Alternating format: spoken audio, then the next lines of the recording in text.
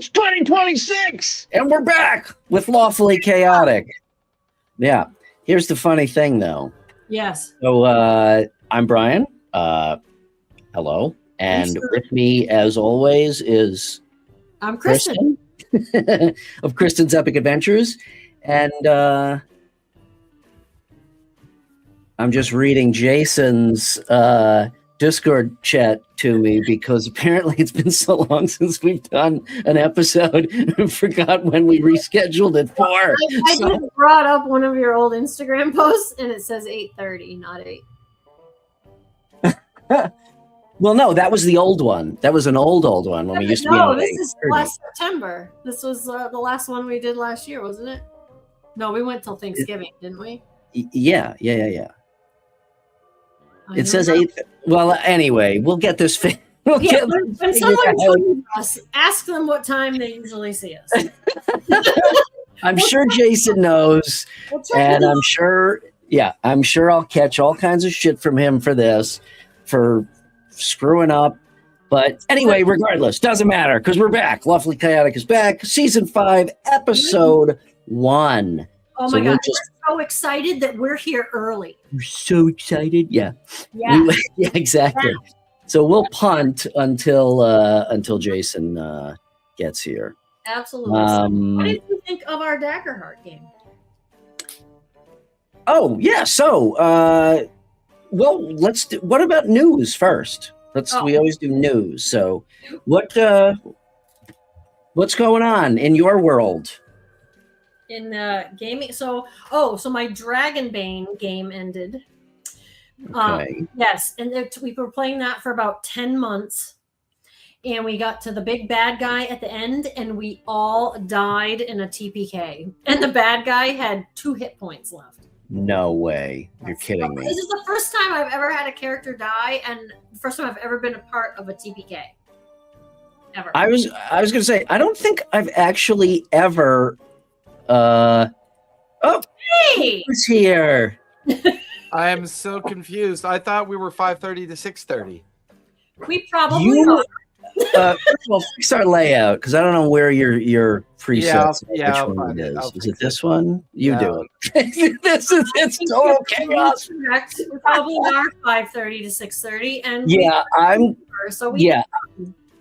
Neither of us were positive because it's been so long since we did an episode. Okay, well, tonight is a special. We're on a half an hour early. No, I'm okay at being 5 to 6 from now on. I just thought we were 5:30 to 6:30 to accommodate Kristen's schedule. Oh, hey, I can do 8 to 9 instead of 8:30 to 9:30. Yeah, let's do 5. Yeah, we'll stick to 5 to 6 then. I'm okay with that. 2026 new schedule. Okay, there's our new schedule. It is this is our new time. It's a half an hour again. I'll put out a all points. Boy, and what a busy season 2026 is shaping up for, and D&D looks like shit. Watch still has their heads up their asses. And so, okay, you know what? I don't have much to report in the way of like news and what's going on. I did do another little Critical Role. Oh, Tailgate. If you haven't watched Tailgate, I saw the logo. I saw your logo. It looked very nice. I did the logo. So I tried to watch a little bit of the show. Ladies and gentlemen, that's what 95 hours and $85,000 will get you. That beautiful 3-colored logo. Wow. Yes, indeed. I tried to watch a little bit of the show, and I can't remember her name. The girl that's hosting it, I was like, I like watching her play. I couldn't watch her show. Yeah. But anyway, I did get to do the logo, so that was great. I think there may be another project or two they're going to throw my way. So that's about it. So, let's just get into it. Right? Absolutely. Okay. That Dragonbane game. I'm sorry. Oh yeah, Dragonbane. I have a cabinet meeting. I fell asleep. Sorry, I was in the middle of a cabinet meeting and I fell asleep. What is going on with my glasses tonight? I keep doing it. Okay. So seriously, I don't think I've ever truly heard of a TPK from somebody that I actually know personally who plays. Right, but that's what happened. Wow. That's It was- impressive, actually. We went down one by one too. Like first one of us was out. Oh, that's the We worst. had an NPC with us too that had been with us almost through like the whole thing, and the NPC died first, and we were like, "Oh my god, I can't believe he actually died. He's been with us through almost like this whole campaign." And then one player died, my friend Janet, and we were like, "Oh my god, I can't believe you actually died." And then a few more rounds, and then I died, and there was one guy, and I was like, "Oh my god!" And I was playing. Yeah. That was a mallard, a duck thief. Her name was Pickles Swiftbill. Very sad. I love it. Died. That's the worst way to go, though. It's like was just it's one like a guy left. slow death. And he was a wolf because there's like a lot of animal creatures in Dragonbane. Mhm. The whole thing was we had to go kill the big bad guy with a specific sword, but the guy wanted the sword so that he could release a demon. And so the whole thing was like trying to keep the sword away from him, yet kill him with it. And in Dragonbane, sometimes you have to make rolls on random tables. And he went to hit him, and he critically failed. And when you critically fail, you have to roll on a mishap table. Oh, I And the love that. mishap that he got was that he had to drop his weapon. So the sword got dropped on the ground. So the next time the big bad guy went, he just picked it up. And once he has this sword that he's been dying to have, he does like 3 times the damage. Okay. And he took out the last one, and that was it. We're like, wow, okay, I guess. It's much better like if you all get nuked by a 19th level fireball or some shit like that, 9th level fireball. Right? So that Um, didn't take up our whole 3-hour block that we usually play. So after that, we used some pre-made characters and started a game of Coriolis. And I really like it. It's outer Hey, space. It's like survival. Kristen, I got a quick question for you. Tracy. Are you on a laptop? I am. I think we're getting your laptop microphone. I don't think we're getting your fancy microphone.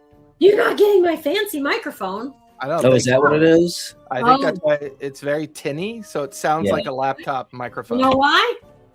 This is- okay, hold on.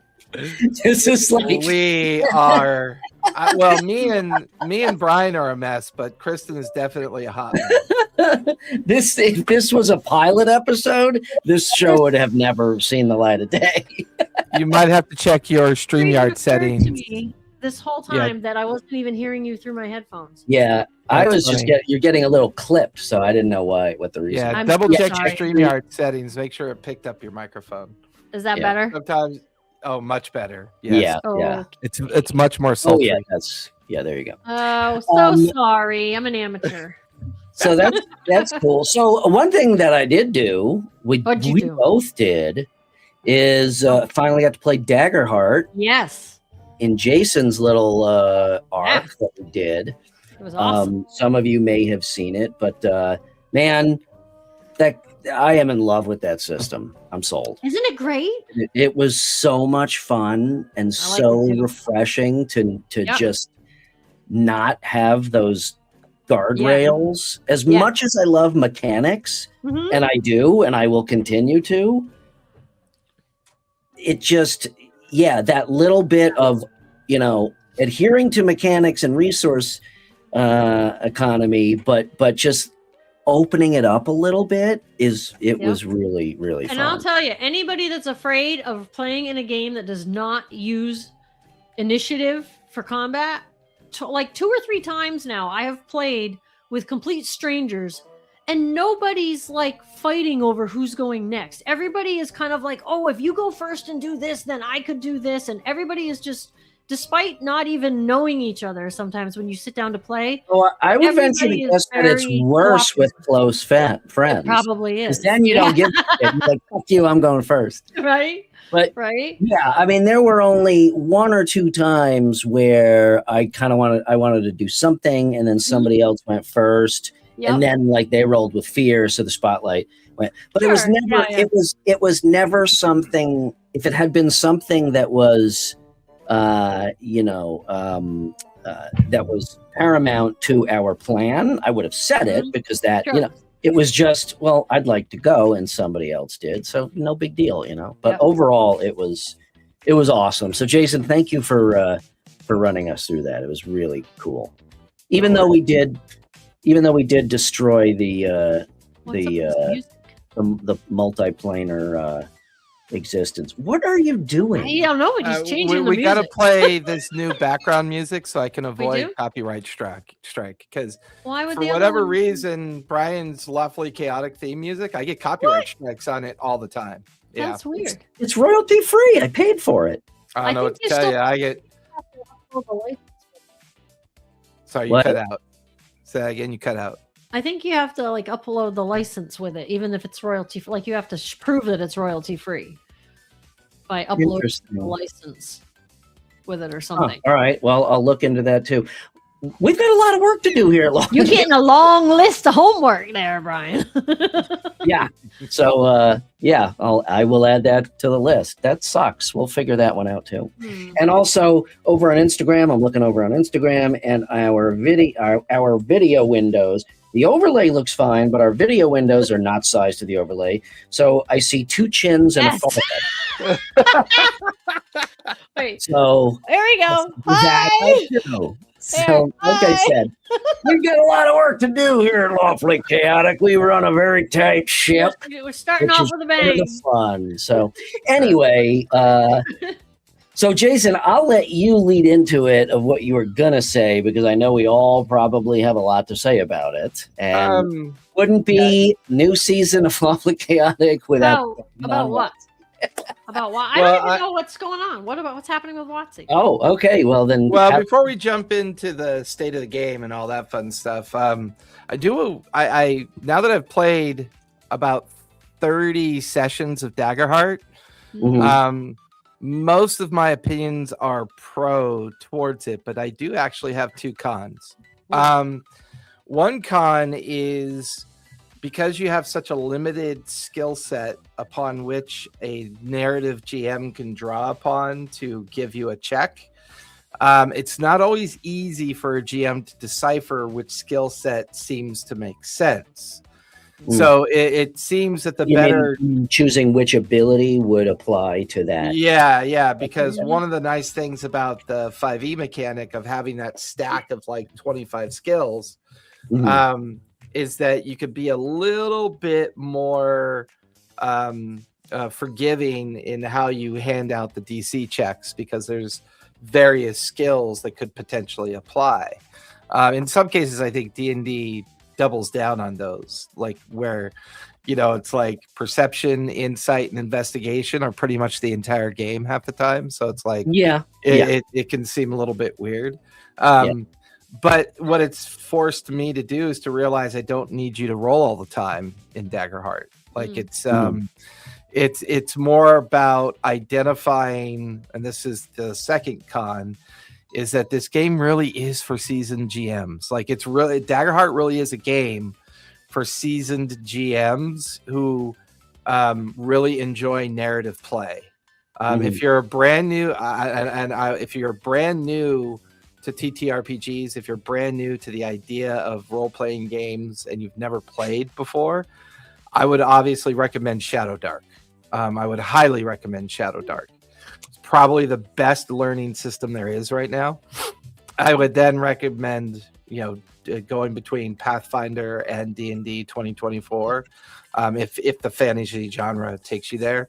Obviously, if you like 4th edition, go play Draw Steel. That's fine too. But once you get a couple years under your belt and you actually enjoy the narrative style, then I think you're okay for tackling Daggerheart. But if you already love narrative play, but the mechanics may be overwhelming, I would still give Daggerheart a shot first if you like narrative play. But other than that, I loved the fact that you guys did all the work and I did virtually no work. It was great. I think it probably would help to play the game also before you try. Oh, right. GMing. Yeah. You try to Yeah. run it. Although I would freely admit playing a character in Daggerheart is very different than the supposition of GMing the game, because the hope fear system is very different for the GM than it is for the player. and the general knowledge that the GM needs to balance through play is a lot more detailed than the player. It's a lot easier to be a player than it is to be a GM.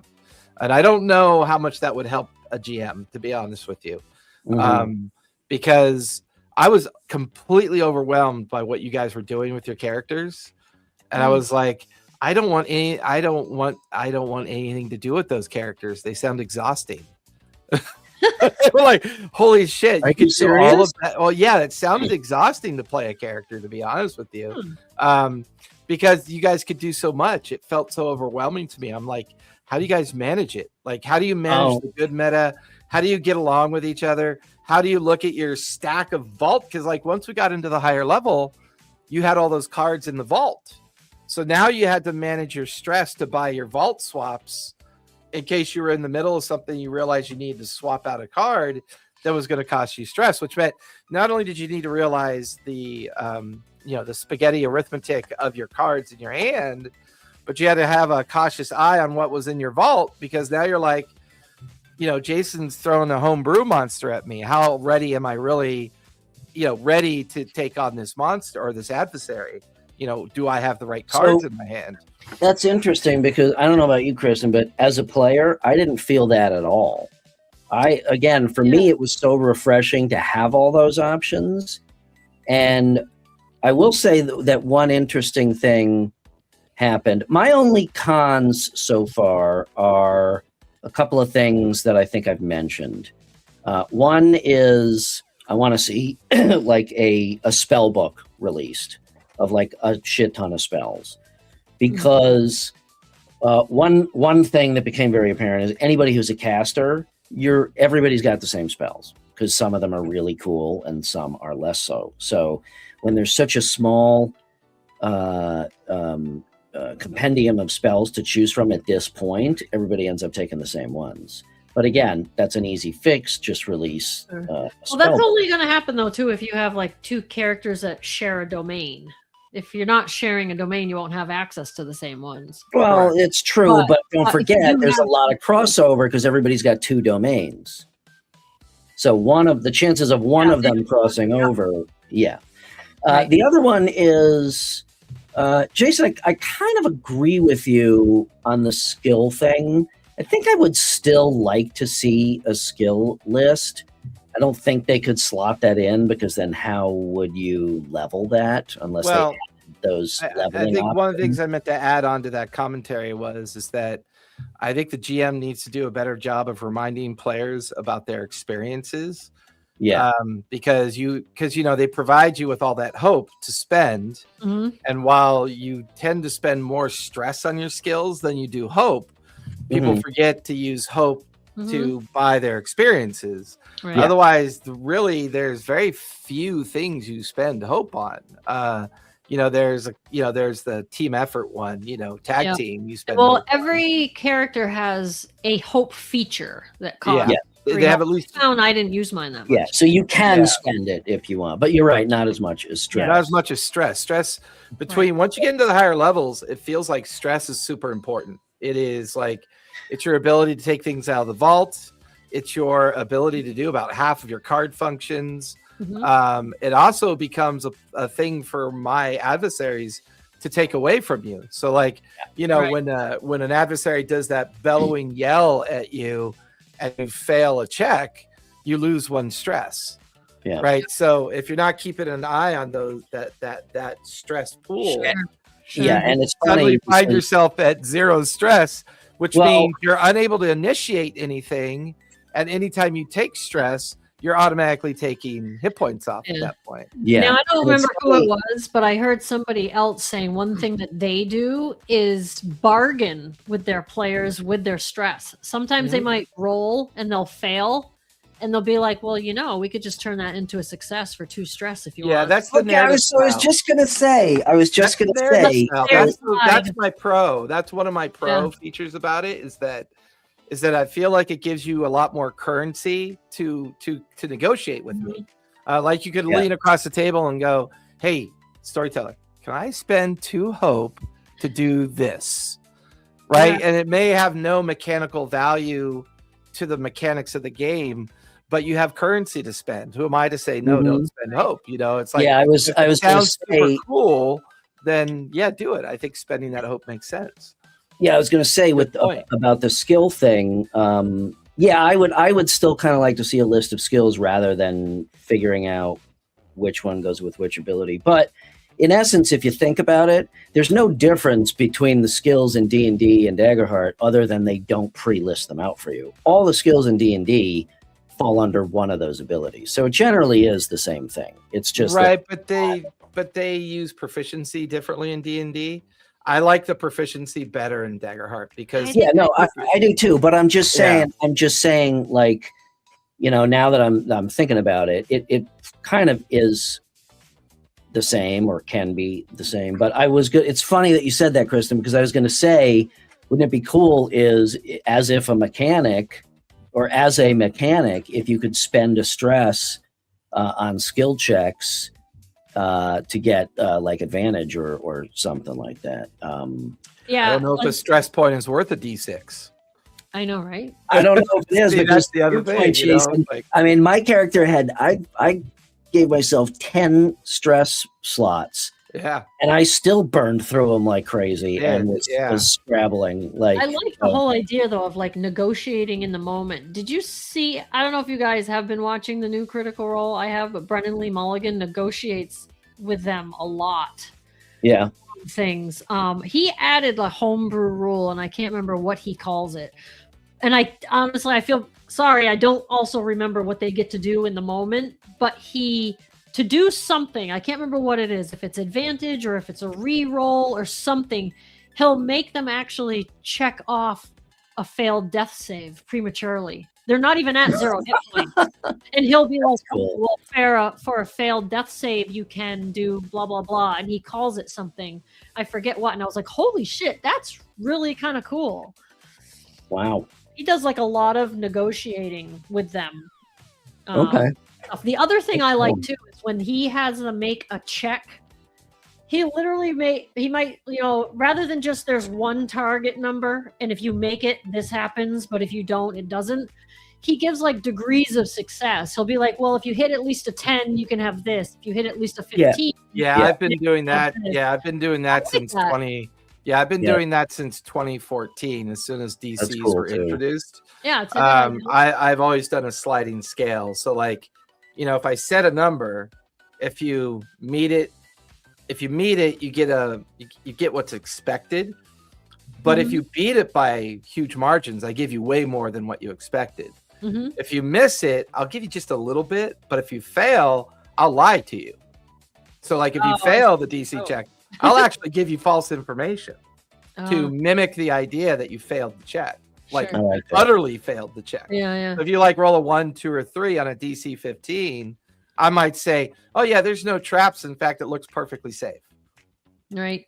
Yeah, because he'll let them know like ahead of time, if you get this, I'll give you this. If you make it to this amount, I'll give you this. And if you make this, you'll get all this. I've always enjoyed that sliding scale because I felt like it really helped the players not feel like they had to constantly do repetitive checks, like constantly do this idea of a repetitive check. So state of the game. So one of the things I've realized that WotC has bent the knee this year, which is very interesting. They have bent the knee to the third-party creators. They're almost their entire Q1 is third-party creation, which I find very interesting. So confirmed for Q1. Keith Baker is doing Exploring Eberron. And then in early February, Benjamin Huffman is doing the Pugilist class. So we're getting a new class called the Pugilist, which I think is a direct response to Daggerheart's Brawler, that they put out, which I think is pretty solid. Beetle and Grimm are giving us Faster Purple Worm Volume 1. And then Loot Tavern is giving us Helena's Guide to Monster Hunting Part 2. Late March, the Griffin's Saddlebag Book 1 comes out. February 10th, Dragonlance Legends Collector's Edition. It's their fiction reprint is being re-released. Okay. I thought that was interesting because that was part of the Dragonlance library way back in the day when they used to do a lot of library stuff for D&D before, Wizards of the Coast bought them out. But it's like, in March, they're putting out a book called Dungeons and Dragons Crochet, a book of many patterns. My friend that crochets is going to love that. Yeah, I'm a very small group of people are going to love that book. Sorry, I just don't understand why they would release that. There's book. a lot That's of fine. crafty people. You have nothing to say about that. Now, May 5th, they have a player's workbook of epic adventures and Dungeon Master's workbook of world building. So sounds like in May, they're going to try to roll out both a player's workbook and a DM's workbook to help people be players and to help people be DMs. So they seem to be kind of going back into more of an instructional role of publication. But I mean, there's like hardly anything that they're releasing in Q1. And I think that has a lot to do with the fact they hired an entirely new D&D staff for the leadership of D&D. They replaced everybody that left. Excuse me. They replaced everybody that surrendered. I have to make sure I use the right terminology. They're going to replace everyone that surrendered and left and grabbed the life ring over at Critical Role.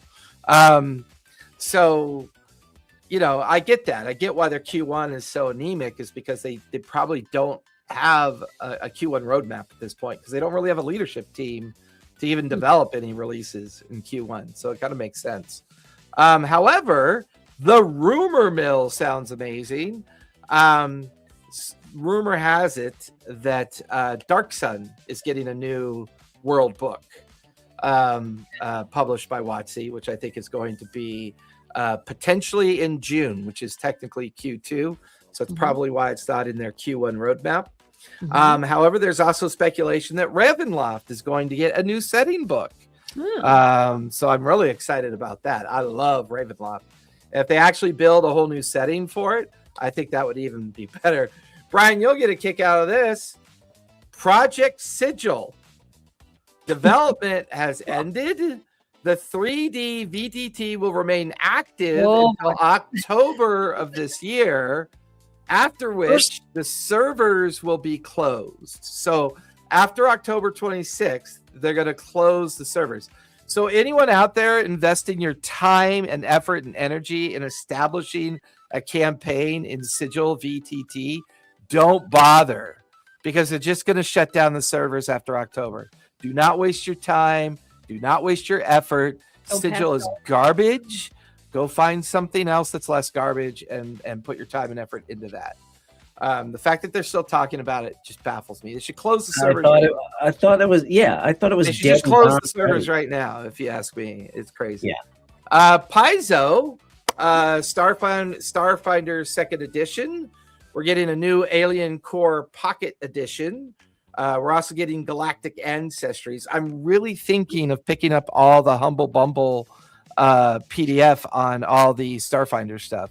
I'm getting intrigued because I don't really like Pathfinder all that much. It's not my thing. It's for a different demographic of people. But I just love the lore and content of Starfinder. Reminds me of Star Frontiers, way back in the day when TSR had their own version of sci-fi D&D. So I like that. Free League Publishing has a busy...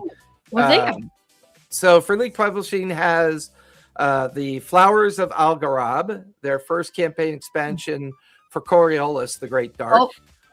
They also have the Dragonbane Kickstarter that kicks off February 17th, which looks amazing. The One Ring, Hands of the White Wizard, Trials of Saruman are coming out. Again, has me interested in maybe reading up on what the One Ring content is, what it looks like. I struggle to play in a very well-developed playground like Lord of the Rings. There's so much established and there's so much lore and there's so much there. it's kind of hard to play in a playground that has like 1,000 pieces of playground equipment in it. You're kind of like moving through the jungle gym, and it's a little rough. And a compliance officer too. Yeah. So what's really cool is we're getting a Zelda inspired RPG in July from Free League. Okay. The Twilight Sword. I will definitely look more into that. And it's official. Once you either start your animation on Amazon or vice versa, you become famous. Late 2026, we're getting an Invincible role-playing game. I think that's going to be super interesting. No. Motifus Entertainment. They're giving us some new Fallout Wasteland Warfare 2nd Edition. We're getting Discworld Adventures in the Moore Park. We're getting Star Trek Adventures 2E, a species source book. And we're eventually going to get a Fallout Lone Wanderer. I'm actually thinking about picking up the Fallout TTRPG book. I have the starter set. Do you have the starter set? Yeah, I have the starter set, but I haven't played it. I want to see how they resolve real life mechanics, in a game, like a physical game, versus developing code and let the algorithm of the code do the work for you. I'm very intrigued on how they're going to do that. Darrington Press, summer 2026. Yeah, I love it. It's such good artwork. I remember reading basics of the rules in it. Some of it sounded really cool. Yeah, the character sheet felt a little heavy from what I saw. Look at this. There's a die for where you get damaged. It says torso, right leg, left arm. When like your Pit Boy would show you where you're Yeah. So Darrington Press, summer 2026, first major expansion, adding 4 new classes: the Witch, the Warlock, the Brawler, and the Assassin will officially get published and released. Right now it's still in playtest, but as of the summer, they'll be officially released. Fall 2026, we're getting Cosmere, the Mistborn World Guide by Brotherwise Games. The Arcane Library, Shadow Dark, The Western Reaches is coming out. If Shadow Dark wasn't that game that I already played when I was 10, I would pick it up and play it, but it's already a game I've played, and it's D&D basic, so it doesn't really hold any interest to me. The only thing I took from Shadow Dark that we use in our tables is we got rid of spell slots, and we just use a spell casting system that Shadow Dark pretty much uses. There's been a lot of talk about this Crows RPG. It's by it's by MCDM. I got to take a look. Bird? It's spelled like the bird? Yeah. And it's from MCDM. So I'm like, I may have to see what that's all about. Although animal-based RPGs haven't really ever kind of been in my demographics. I don't know. Okay. I don't know if it's an animal-based one or what. I just saw it in my feed, and I'm like, I go see that. This will make Brian happy. 2026, Dungeon Crawler Carl by Renegade Game Studios is going to start releasing a LIT RPG series. So it looks like they're going to get their own RPG gaming system, which I think is going to be very, very fun. I'm on my second Dungeon Crawler. It's very, very hard to say. Dungeon Crawler Carl book. Oh. It's almost as hard as to say as TTRPG Academy. Almost as hard. Yeah, I'm excited for. Yeah. Let's see. We got some legacy systems and updates. GURPS. I think DC 20 is set to release in May? I think so. Or March. It's really hard to follow what he's doing because he does so much releasing and so many updates. It still doesn't feel like it's I'm kind of just sitting back and waiting till it doesn't feel like a finished system at all to me right now. He's just constantly polishing. So I don't know. Late 2026, Mutants and Masterminds, the 4th edition by Green Ronin. Cubicle 7, Warhammer Fantasy Roleplay 5th edition. So that's coming in 2026. Late 2026, OSE, Old School Essentials. They're coming out with something called the Necrotic Gnome Update, which is a new consolidated rule set. I got to check that one out because I've never heard of that group. I've never heard of them. A lot of times things drop into my feed just because I want to know what's going on in general, and then it triggers me to go take a look at what people are doing. Some events that are going on. Zine Quest on Kickstarter is kicking off February. There is the Gamma Expo in Louisville, Kentucky, March 1st through the 5th. July 30th through August 2nd, you have Gen Con Indianapolis, everybody. The big show. Are we all going? Really, the really big show right next to Brian. Really big, right yeah. there. A really big show. I'm going to try to go this year. Yeah. You are. 2026 ENI Awards now enforcing a strict ban on AI-generated content for submissions, which doesn't make a lot of sense to me because you can take all AI-generated content, copy and paste it into something that you can reformat it and make it your own, and you can then sift it through your own checker to make sure it doesn't ping any of the AI red flags, and you could still submit it because it's not going to ping any of the AI red flags. This is an example of, I think, people holding out for something that just plain doesn't matter anymore. If it's garbage AI, it's going to lose. You know what I mean? If it's still garbage, it's still going to lose. It's not going to win.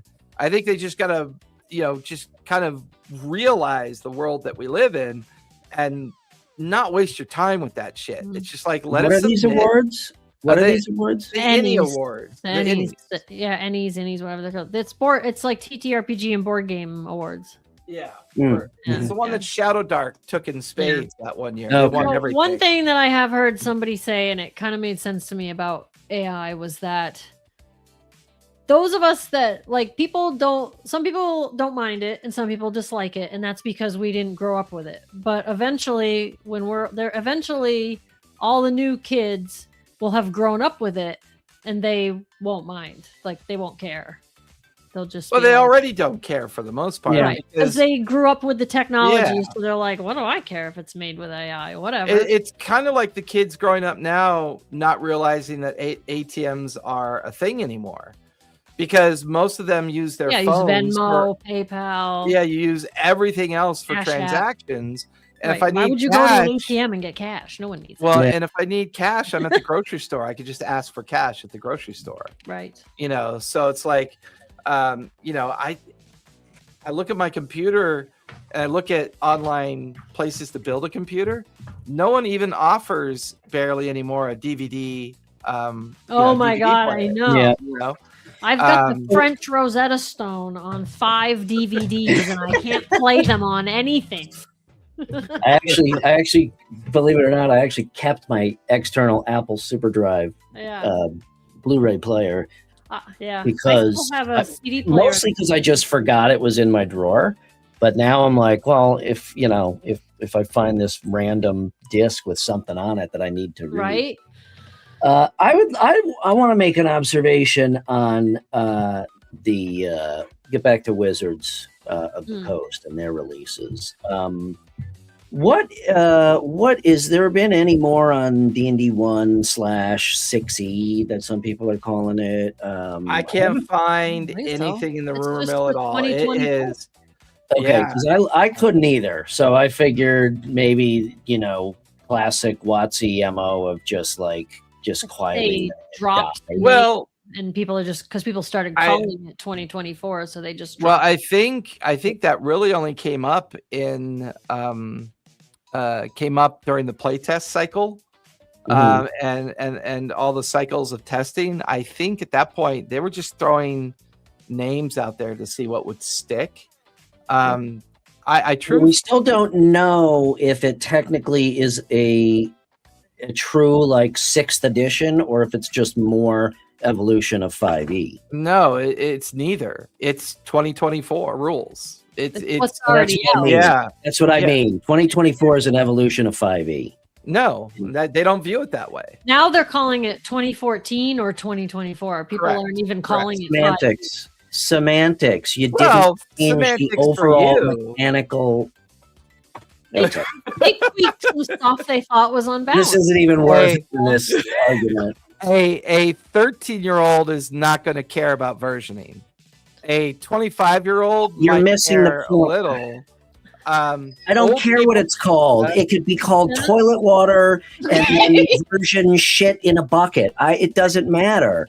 My point is 5e 2014 2024, it's the same rule set, it's the same mechanics. So 2024 is an evolution of 5e 2014.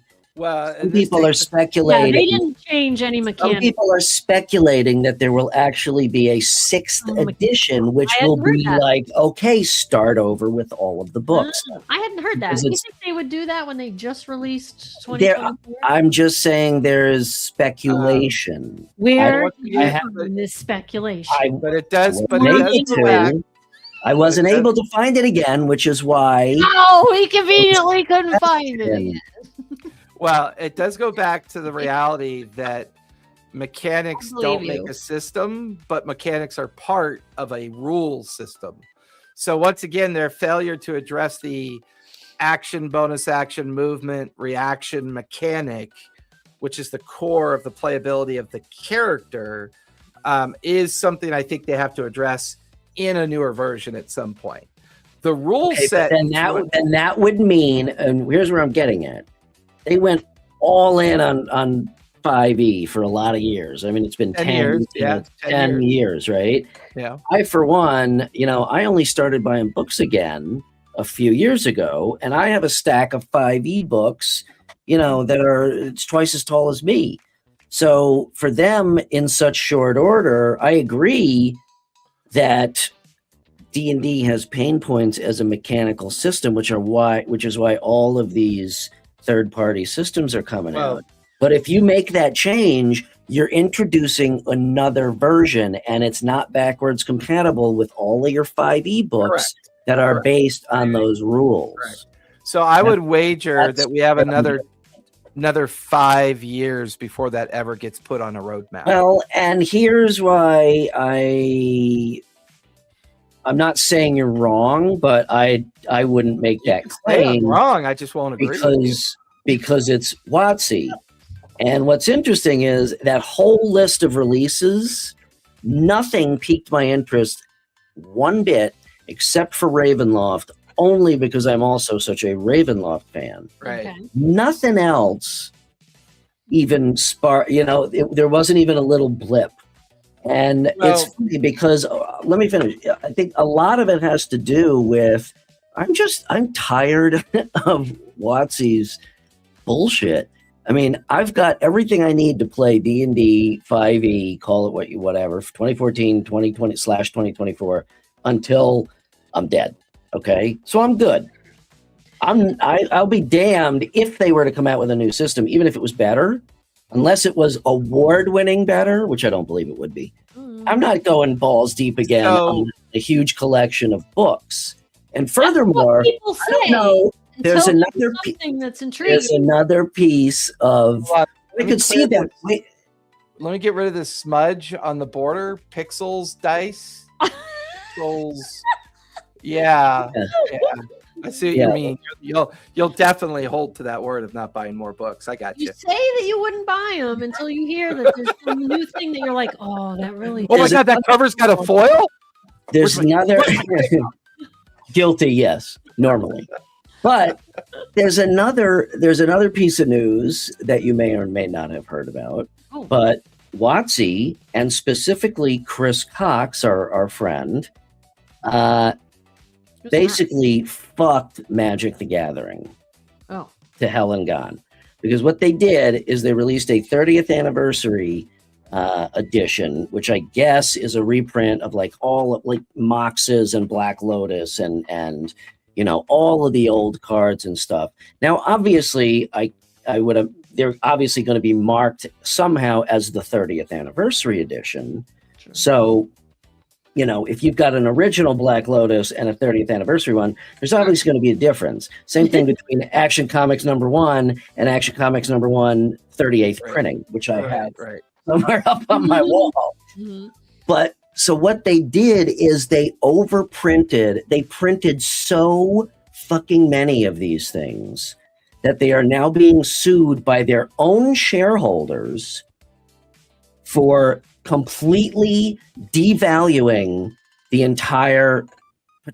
devaluating the entire collectible aspect of Magic the Gathering up to this point. And why? I defer to Kristen on that why? It's because nothing more than pure fucking greed. Well, if they're shareholders, don't they get a vote on what the company does? Or do they? No, they get a vote on who sits at the board. Oh, yeah. Shareholders don't tell the company what to do. The shareholders that's their planning. Yeah, they shareholders can react afterwards at the table. Oh. Right. They can react afterwards, which is what they're doing. They are suing their own company, the company that they sit on the board. That's kind of silly because if you put your own company out of business, then you got nothing. It's just one more example to me of why WotC completely does not give a flying fuck about their own IP or their consumers at all. Isn't this what capitalism is all about? It's about money. I hear that argument all the time. Fuck that. There is a limit. Well, I agree with you. It has to be a complete. Kristen, I am so proud of you right now, Kristen. I am so proud of you.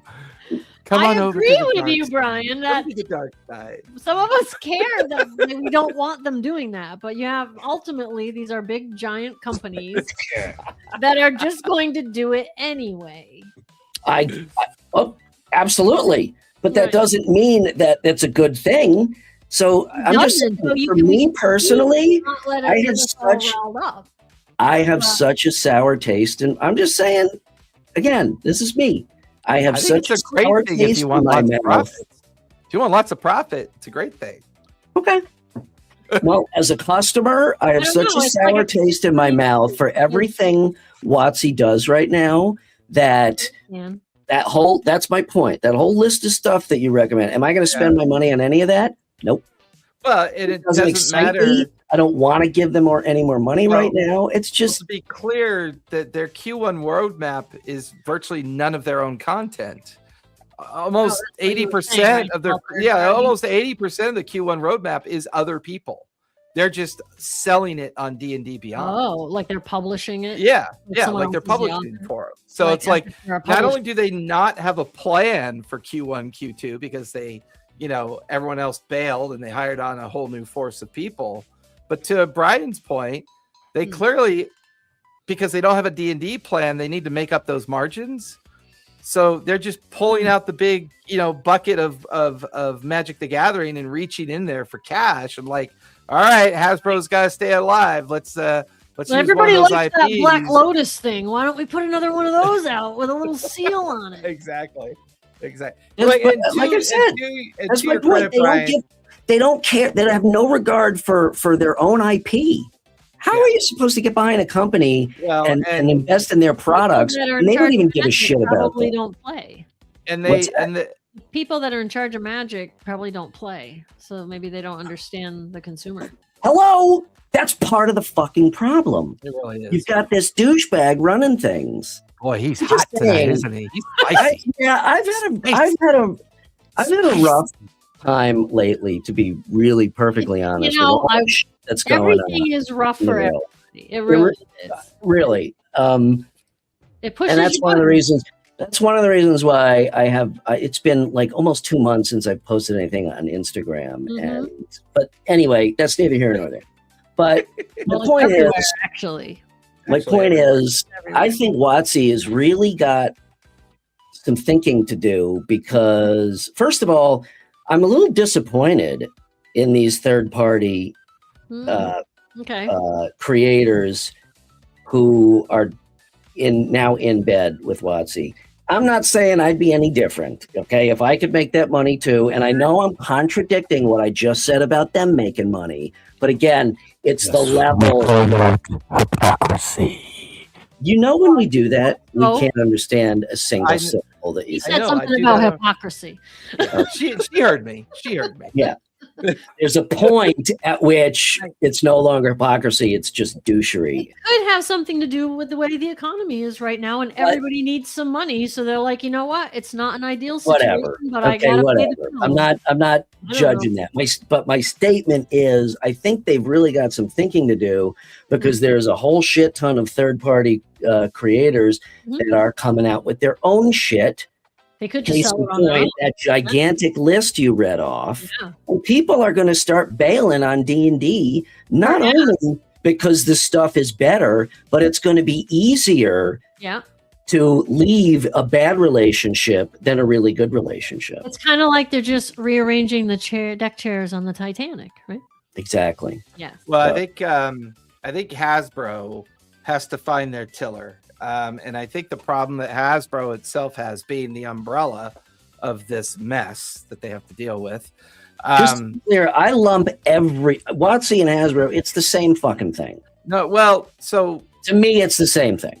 I don't think most people But see it that way. Hasbro is even making like little kids board games like Candyland. Well, but more importantly, maybe not you that know, one. I don't know. you know, Yeah, but they Hasbro. bought this potentially huge IP, and they're just letting these idiots, flush it down the They're toilet. probably not collectors So- and they don't understand. So Okay, well.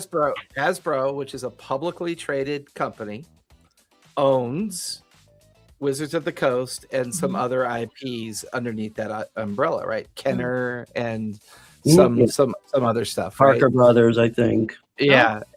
Their behavior ever since the Baldur's Gate 3 success, as well as the Barbie movie success, No. they kind of got bright lit by the Hollywood thing that destroyed TSR in the first place. I mean, when Gary Gygax was doing mountains of cocaine in Hollywood because he was, franchising like crazy and making a ton of money, I hate to say it, but Hasbro kind of got in that same trap. They were like, holy shit, we should get into the entertainment industry. Look at all this money you can make. And I think they assume that just happens all the time. But like a Barbie success movie doesn't happen every quarter of every year of every, you know what I mean? It's like you don't know what people are going to fall in love with. You don't know what people are going to spend a ton of money on, and for them just to assume that their entire 5-year roadmap was going to be centered around digital entertainment. Well, that came and bit them in the ass last year because everybody left, everybody quit, everybody was fired. Their VTT solution was a complete failure. Yeah, but you've got the same guy whose vision that was still running things and pulling this crap like he did with and Magic. that's a To your Hasbro problem. point, It's not a WotC problem. That's a Hasbro all the problem. people in charge of That's not a that was WotC problem. That's a Hasbro problem. It was his decision, though. No, but it doesn't matter. That's not a WotC problem. It's a Hasbro problem because only And Hasbro again, it's can semantics. because only Hasbro can get rid of Chris Cox. No one else can do it. Only Hasbro can. No one else can do it. You can't have any kind of revolution in the game. Fine. I'll as long as he's concede there. whatever. Okay. Again, That's I just think the way- to that's me just it's the way all corporations one. are structured. I understand the mechanics of it, but I'm sure in you're real not the life, only it frustrated. doesn't fucking matter. From my standpoint as a consumer, it doesn't fucking matter.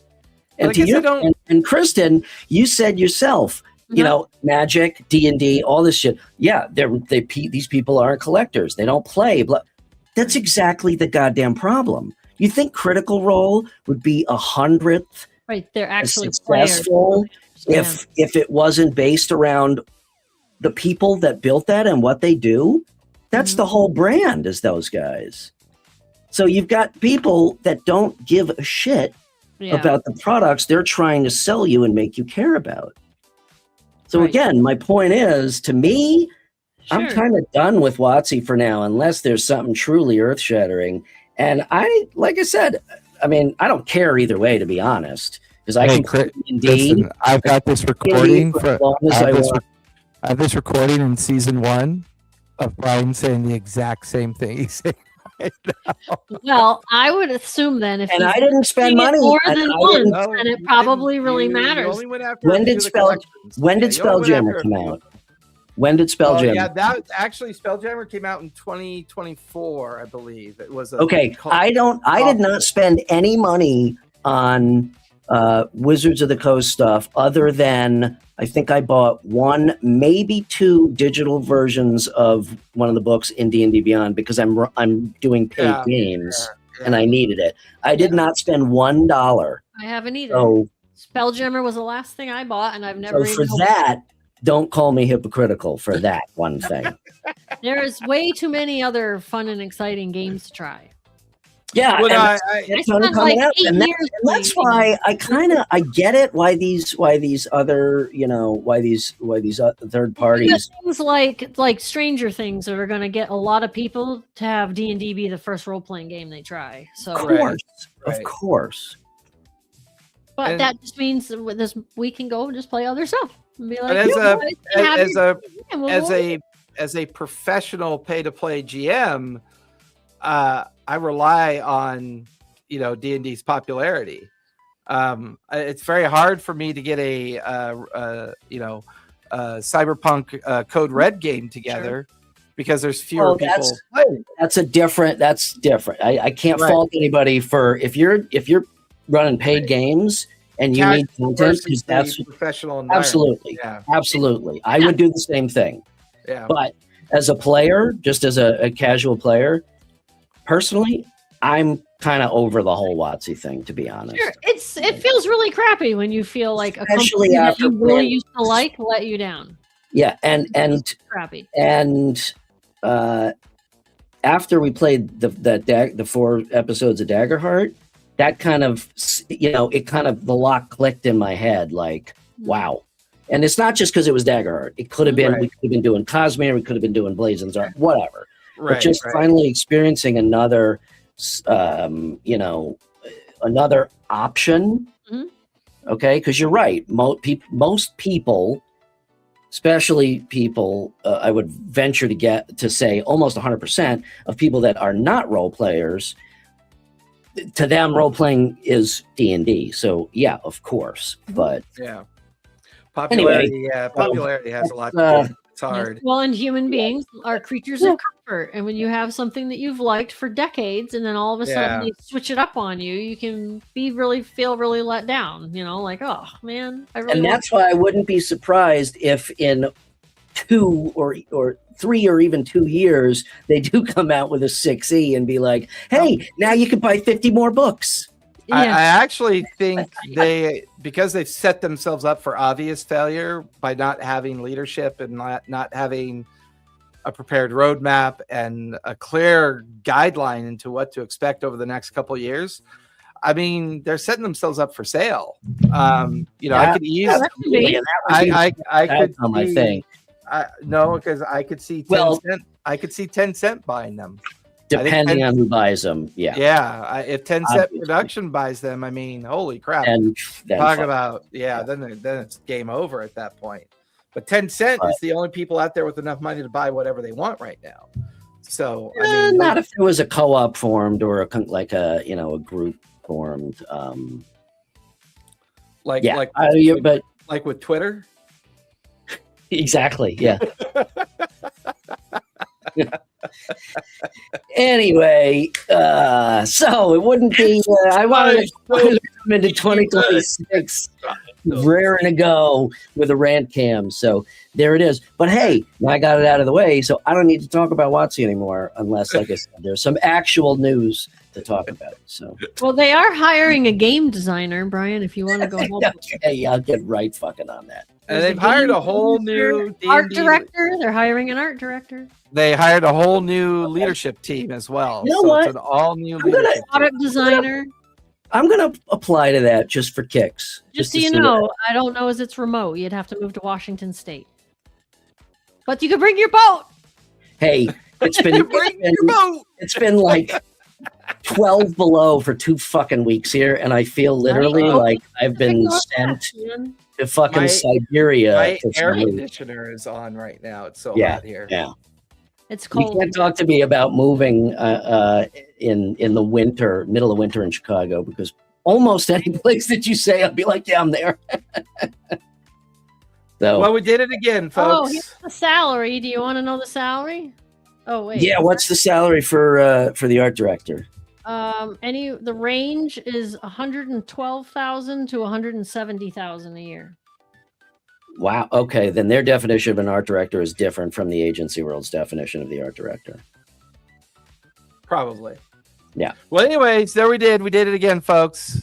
Yes. Oh, time-wise, I think you know what? We'll talk about it. We'll talk about it after. Okay. We don't need- Yeah. We'll have to talk about it briefly after because I got to run off and go do something. Super so. briefly. Super brief. Minutes. Super brief. So, Brian, where can we But find you? I did. Well, hold on. I did actually write the list down of things I need to do, so I have them actually I like written. music. You can find me as always on Instagram at RPG and Co. And check out the website at playrpgandco.com. I think there's some cool stuff on there. Yeah, shoot me a DM. I love I love meeting new people, and even if Kristen, it's where can we find you? You can find me at Kristen's Epic Adventures on either TikTok or YouTube. And hopefully a new YouTube video coming at some point would be super cool. You want me to do that? Yeah, that'd be awesome. yeah. Ah! I mean, it's been 3 months. Oh, is that all? Last time I took a year and a half off. Like I said, I have no comment because I haven't posted on Instagram in like 2 fucking months. And you can find me over at ttrpgacademy.life, where not hopefully, in March we'll be launching our new PDF download and buy page where you can come on over and buy PDF adventures and homebrew content, maps, and all that fun stuff. That page will be going live. You're leaving me? You're leaving my website? No, I'm just, gonna do more for once this year. He's expanding. Bearded Nerd will be joining me in that effort as well. We'll be selling a bunch of his content. And I have Bearded Nerd currently offers up games and solutions on our website. I will be hiring another DM who will be offering up games and solutions on the website as well. So I hope maybe by the end of this year, we can put you there too, Bri. I want to be up to about 5 GMs that will be hosting on the website by the end of the year. So that's one of my goals. So, Absolutely. Hey, Brian, TPK. Tell a story, Jason. Kristen, play a game. I was gonna say you missed a spot. No, I was gonna see if you remembered because I was thinking for a second. I was like, oh shit, I'm supposed to say something. play a game. Okay, let's start over. Okay, goodbye. Boy, you take 3 months off. Bye. We'll see you next week. Good night, everybody.